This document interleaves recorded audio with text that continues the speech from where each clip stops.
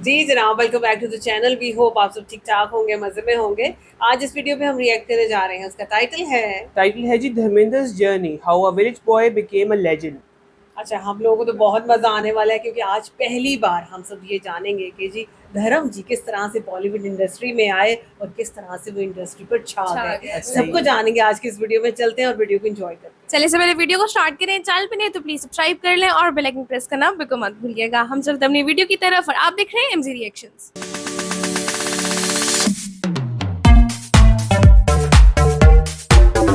चलिए जी, वीडियो को स्टार्ट करते हैं। 3, 2, 1 एंड गो।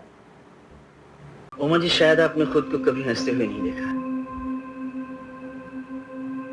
एक एक को चुन चुन के मारूंगा। शोले, हाँ। मैं उस आदमी को छोड़ूंगा नहीं। भगवान के घर में हम गरीबों के लिए इंसाफ नहीं। धर्मेंद्र हिंदी सिनेमा का एक ऐसा नाम जिसके बिना शायद बॉलीवुड की कल्पना करना भी मुश्किल है। ये गलत नहीं है, ये हकीकत है। कोई इन्हें ही मैन कहता है तो कोई कहता है गरम धर्म। बसंती, इन कुत्तों के सामने मत नाचना। ये अपने जमाने के सबसे हैंडसम एक्टर्स में से एक थे। इनकी शख्सियत की दीवानी दुनिया भर की लड़कियां हुआ करती थी। लाखों नौजवानों के ये रोल मॉडल हुआ करते थे। कभी चुपके से आईने के सामने जाकर हंसिए और देखिए ये हंसी कितनी खूबसूरत है। रोमांस हो, कॉमेडी हो या फिर सीरियस किरदार हो, धर्मेंद्र ने हर किरदार को दिल से जिया।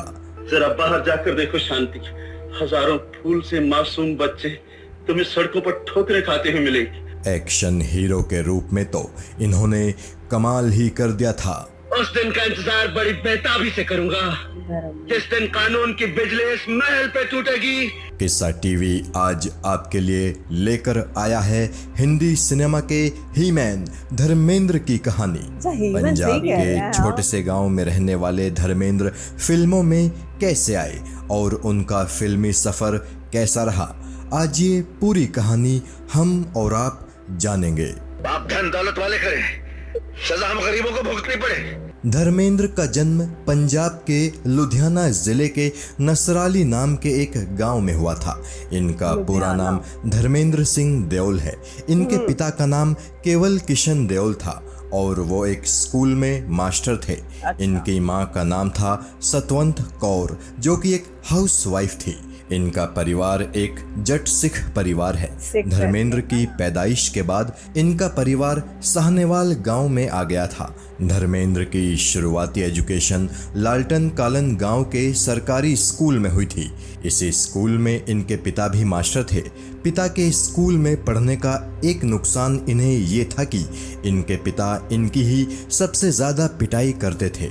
दरअसल धर्मेंद्र के पिताजी चाहते थे कि धर्मेंद्र पढ़ लिख कर कोई बड़े अफसर बने, लेकिन पढ़ाई धर्मेंद्र के दिमाग में घुसती ही नहीं थी।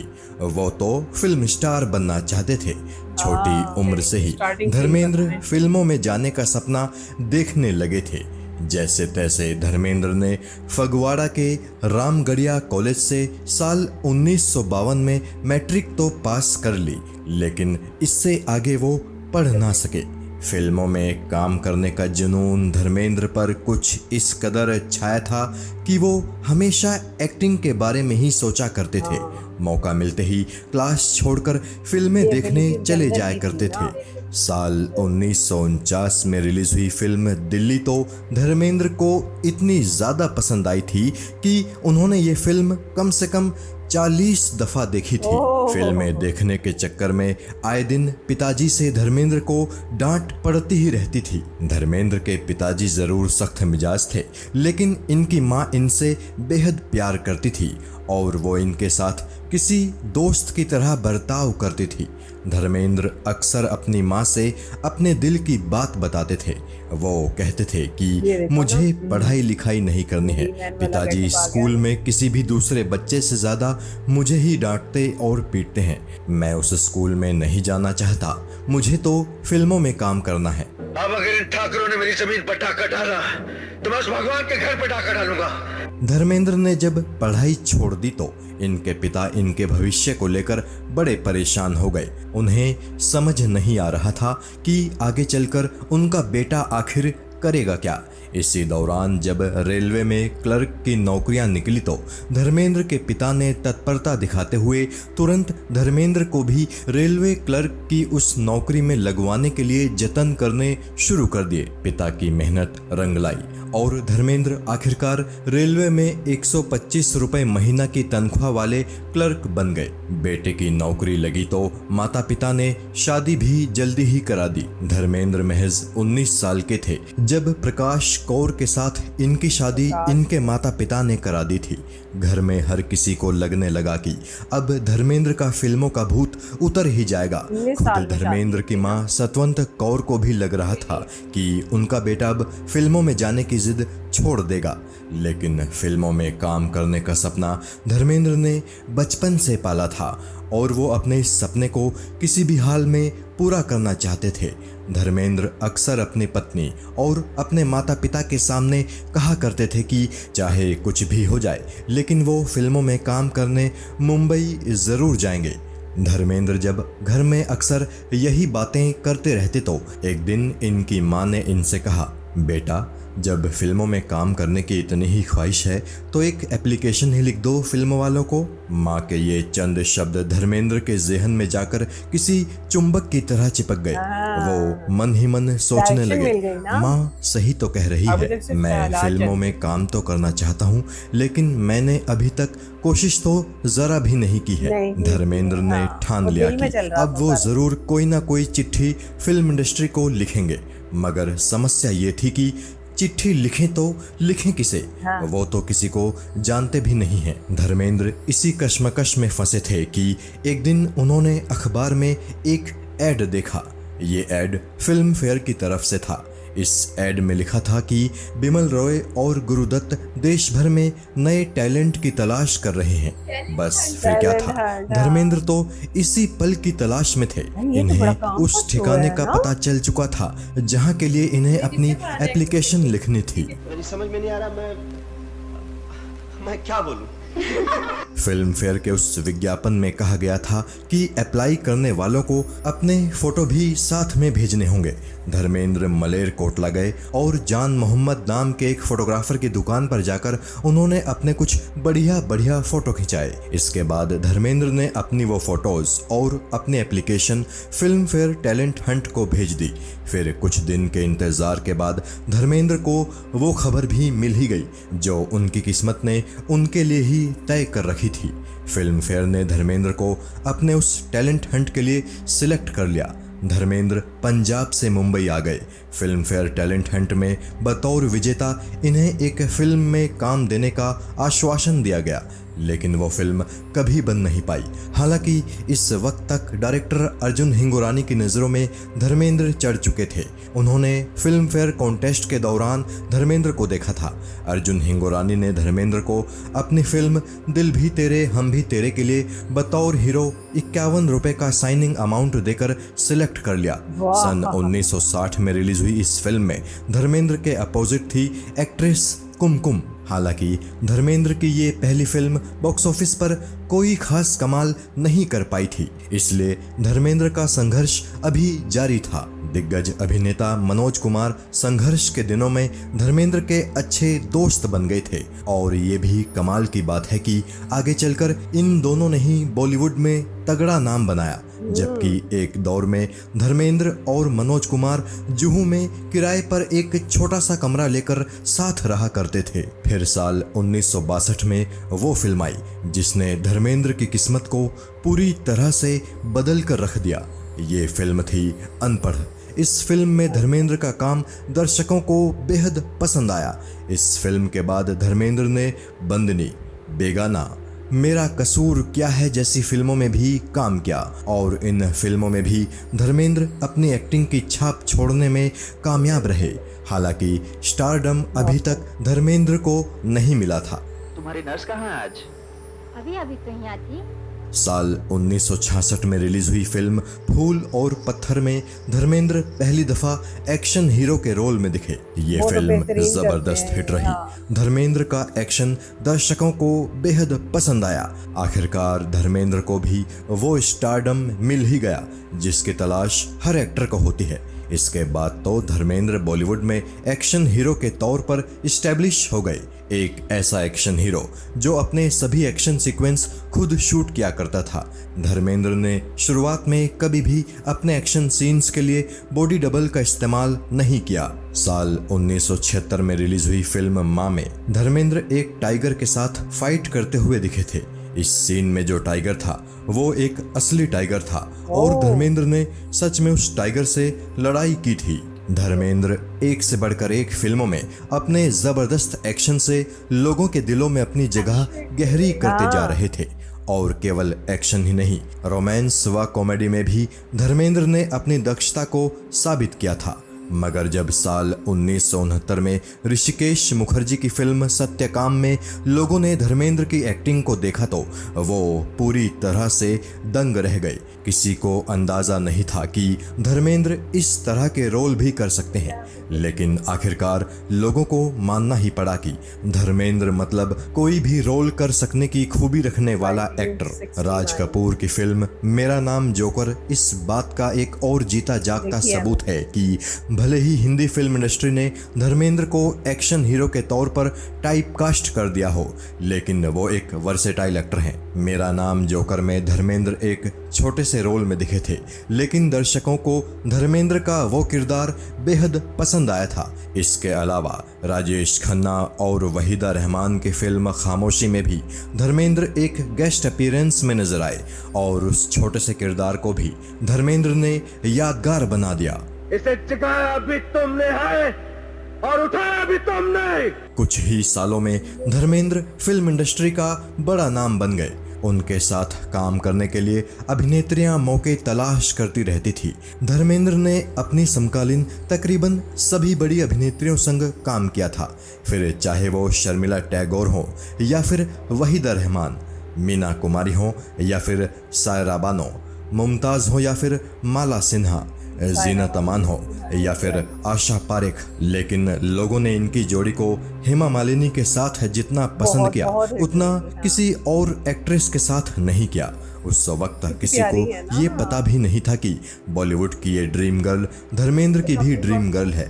धर्मेंद्र और हेमा मालिनी ने लगभग 28 फिल्में एक साथ की हैं और ये अपने आप में एक रिकॉर्ड है। शोले, जुगनू, सीता गीता, शराफत, राजा रानी, प्रतिज्ञा और रजिया सुल्ताना, ये वो कुछ प्रमुख फिल्में हैं जिनमें धर्मेंद्र जी और हेमा मालिनी की जोड़ी दर्शकों को बेहद पसंद आई। धर्मेंद्र और हेमा मालिनी का बहुत सारा वक्त एक साथ गुजरता था। दोनों के बीच प्यार का अंकुर फूटने लगा, लेकिन धर्मेंद्र पहले से शादीशुदा थे और उनके बच्चे भी थे।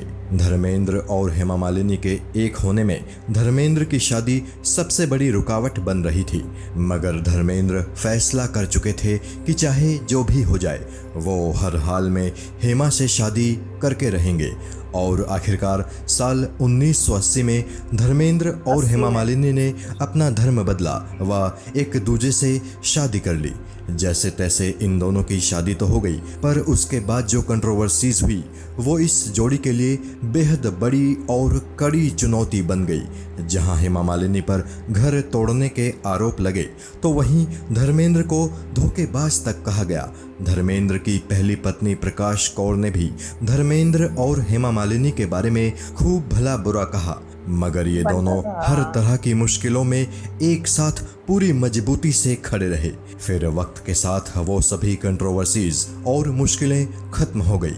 धर्मेंद्र और हेमा मालिनी की 2 बेटियां हुई, बेटी ईशा देओल और अहाना देओल, और इस तरह धर्मेंद्र 6 बच्चों के पिता बन गए। तुम्हारी ये गोली लोहे के शरीर के पार नहीं जा सकती। साल 1983 में धर्मेंद्र ने एक फिल्म प्रोडक्शन कंपनी शुरू की जिसका नाम था विजेता फिल्म्स। इस फिल्म कंपनी से ही धर्मेंद्र ने अपने बड़े बेटे अजय सिंह देओल यानी सनी देओल को बॉलीवुड में लॉन्च किया। अरे! सनी देओल की पहली फिल्म थी बेताब, जो कि सुपरहिट रही।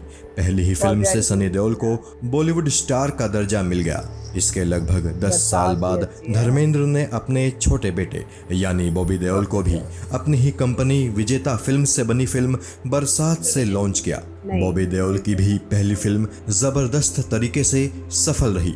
धर्मेंद्र ने न केवल अपने बेटों बल्कि छोटे भाई अजीत देओल के बेटे यानी अपने भतीजे अभय देओल को भी बॉलीवुड में फिल्म सोचा न था के जरिए लॉन्च किया। धर्मेंद्र के भाई अजीत देओल ने भी कुछ फिल्मों में बतौर एक्टर काम किया है और उन्हें भी फिल्मों में लाने का श्रेय धर्मेंद्र को ही जाता है। धर्मेंद्र का बेटा सनी देओल जब कामयाबी की तरफ बढ़ता जा रहा था तो फिल्म इंडस्ट्री में लोगों ने वो वक्त भी देखा जब किसी फिल्म में किसी हीरोइन से धर्मेंद्र रोमांस कर रहे हैं तो किसी और फिल्म में उसी हीरोइन से उनका बेटा सनी देओल रोमांस कर रहा है। यानी एक वक्त ऐसा था जब धर्मेंद्र और उनका बेटा सनी देओल फिल्मों में एक ही वक्त पर बतौर हीरो काम कर रहे थे। फिर एक वक्त ऐसा भी आया था जब धर्मेंद्र पर ये आरोप लगने लगे थे कि वो अपने घर के लड़कों को तो फिल्मों में खूब प्रमोट करते हैं, लेकिन वो ये कतई नहीं चाहते कि उनकी बेटियां कभी फिल्मों में काम करें।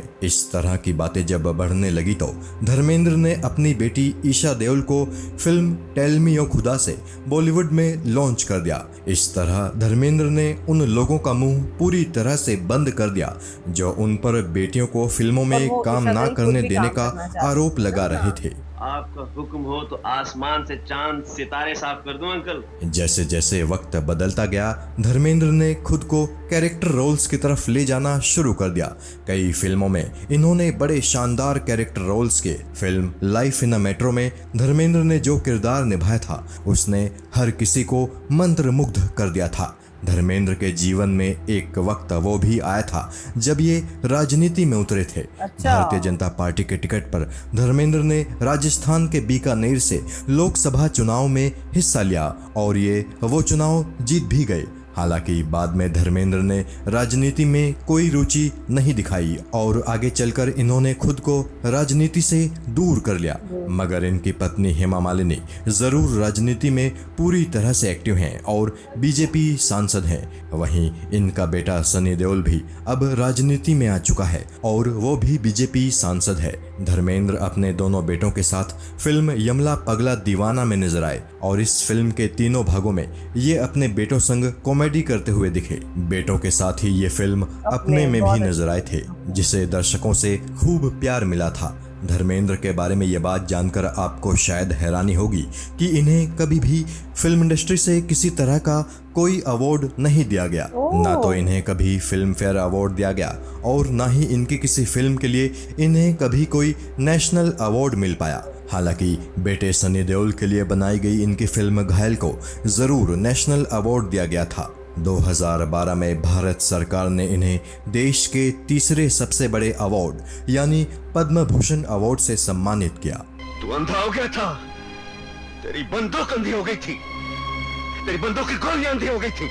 वाओ यार, लेजेंड्स के बारे में जब हम सुनते हैं ना कि किस तरह से उन्होंने इस इंडस्ट्री के लिए काम किया और किस तरह से वो इस फील्ड में आए, बहुत मजा आता है। और आज धर्म जी के बारे में हमने जो चीजें जानी है वो वाकई हमारे लिए A to Z नहीं थी। और आप ये देखो कि भाई उनके पिताजी स्कूल मास्टर, और उन्होंने बहुत कोशिश की कि भाई मेरा बेटा पढ़ लिख जाए, लेकिन उनका शुरू से रुझान था ही एक्टिंग की तरफ ना। और वो देखो ना कि इसी को कहते हैं किस्मत, डेस्टिनी, ठीक है ना। किस्मत ने आपके लिए कुछ और लिखा हुआ था, आप जितनी मर्जी कोशिश कर लो ना, लेकिन जो किस्मत में लिखा है ना आपने उस तरफ जाना ही जाना। आप ये चीज देखें कि उनमें पैशन था एक्टिंग के लिए, और वही चीज आप देखें कि जब वो इंडस्ट्री में आए तो किस तरह से आते ही वो छा लेकिन गए। आप उससे पहले ये भी देखो ना कि ख्वाब, पैशन, हर चीज उनके दिल में थी, उन्होंने कभी कोशिश नहीं की। वो डायरेक्शन उनकी मदर ने उनको दी है, तुम स्टार्ट तो करो कुछ करना। बिल्कुल इस तरह से। और आप ये देखो कि जब इंडस्ट्री में आए तो फिर कितने जबरदस्त रोल्स किए उन्होंने। और आप यहाँ पे हम लोग सुन के हैरान हो रहे थे कि भाई उन्होंने अपने एक्शन सीन्स भी सारे के सारे इवन कि आप देखेंगे टाइगर के साथ भी, रियल टाइगर के साथ उन्होंने फाइट किया। लेकिन अच्छी बात ये थी क्योंकि वर्सेटाइल एक्टर थे तो कभी किसी एक जॉनर की छाप नहीं लगने दी। लेकिन उन्होंने कहा ये पहले एक्शन हीरो बन गए थे आगे। हाँ, और इंडियन इंडस्ट्री के ही मैन भी हैं और वो सही कहते हैं उनको।